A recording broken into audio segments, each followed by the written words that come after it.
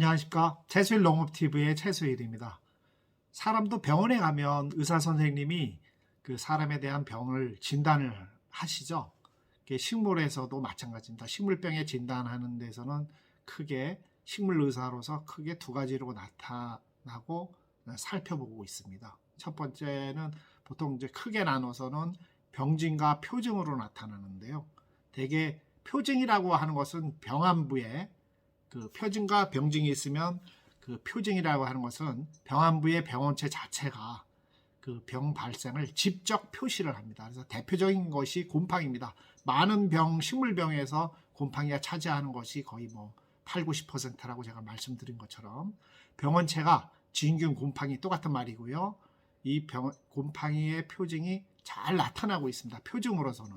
그래서 비전염성이나 바이러스, 또 파이토플라즈마, 잘 알고 계시는 대추 빗자루병 같은 거, 이러한 병들은 병증만 있고 표징이 이게 표현하기가 매우 어렵습니다. 그래서 표증을 나타나는 게 매우 어렵기 때문에 이러한 병들은 사실은 우리 농부님들이 자체적으로 그 병을 판단하기가 매우 어렵습니다. 그래서 제가 강조하는 것이 자가 진단하지 마시고요.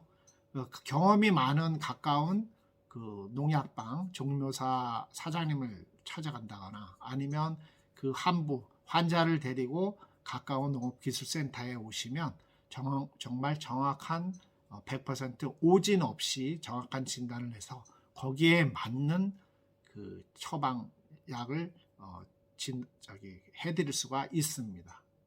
그래서 병증과 표증에서 그만큼 표증이 제일 어렵고요. 병증이라고 하는 것은 그 병원체가 그 기주식물, 소위 내가 기르고 있는 작물에 감염한 다음에 외부로 나타나는 외형이라든가 어떤 반응, 생육의 이상, 빛깔의 이상 또는 그 표면에 나타나는 현상을 말합니다. 그래서 병증을 조금 더 보시면 그 국부적으로 병증하는 게 있고 소위 말해서 피물체 일부 기관에 국한돼서 나타나는 병이죠. 보통 그 전문의병이라든가 이렇게 점이 난다거나 갈반병이라든가 이렇게 나타날 수가 있고요. 또 전신병증이라 해서 식물체 전체 나타나는 겁니다. 그래서 제일 알기 쉬운 것은 시드름병, 청고병, 그다음에 이제 바이러스병 중에서 나타나는 거, 오갈병, 황하병 같은 것을 전신병증이라고 말씀을 드릴 수가 있습니다. 병증은 이제 썩거나 죽는 괴사 현상, 발육이 불충분한 그 감생이라든가 또는 더 오히려 이제 커지는 비대 현상, 그렇게 세 가지로 좀 더 병증을 나타나면 이게 병이 걸렸구나 이렇게 판단을 할 수가 있습니다. 그래서 보통 세균병의 병증, 특히 무배추에서의 보시는 것이 이번 많은 걸 겪어보셨지만 상처를 통해서 들어갑니다. 세균병들은 상처에 의해서 또는 아주 소수지만 자연 계고를 통해서 발병되는 특징이 있고요. 머릿속에는 그냥 상처를 통해서 들어간다. 바이러스도 대표적인 그런 그 전염이죠. 접촉에 의한 거니까. 그래서 그 무배추 무름병을 보면 상처를 통해서 침입한 세균이 어떤 펙틴아제 효소 분비를 합니다. 그래서 기주세포, 즉 배추, 무의 세포의 그 중충을 분해를 하는 거죠. 그리고 나중에는 그 삼투압 현상에 의한 변화를 주기 때문에 배추의 세포는 이제 원형질이 분리가 되면서 썩는 거죠. 괴사가 되는 겁니다.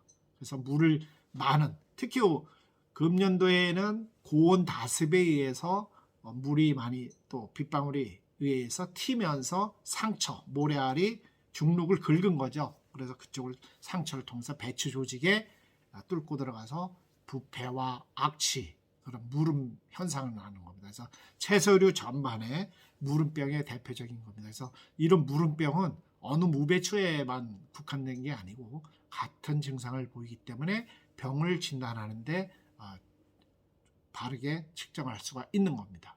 그리고 전문의병 같은 경우에 무슨 세균성 전문이라든가 이런 것들은 점이 찍히는 무늬를 형성하는 그런 병들은 기공을 통합니다. 그래서 잎 뒷면에 기공이 다수를 차지하기 때문에 그래서 약재를 살포할 때도 입 뒷면에 꼭 약재를 살포하십시오라고 하는 것이 바로 그러한 진단이고요. 입마름병이라든 같은 것은 뭐 어느 기주식물, 어느 작물이 됐든 간에 도감부에 의해서 형성이 됩니다. 그래서 도감부, 물관과 체관에 있는 그런 식물 자체 내에 관에 있는 그 도감부에 그 병이 발병되는 모습을 볼 수가 있습니다. 그래서 그 세균에 의한 그 병 중에서는 이제 흰잎 마름병 같은 경우 그렇습니다. 그리고 시드름병은 그 물관과 체관이 있다고 그랬지 않습니까? 물이 오르내리는 그런 증식, 수분 통과를 결국에는 이 친구들이 이 병균, 소위 곰팡이가 그 막습니다.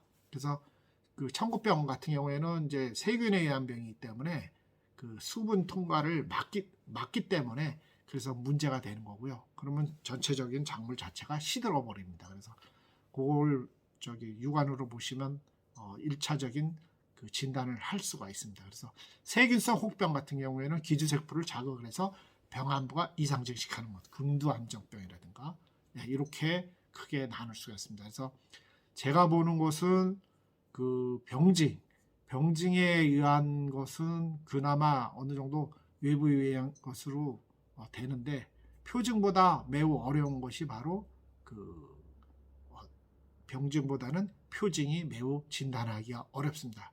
이럴 때는 가까운 기술센터에 가셔서 정확한 진단을 받아서 오진 없이 빠르게 치료하는 것이 하나의 관건입니다. 고맙습니다.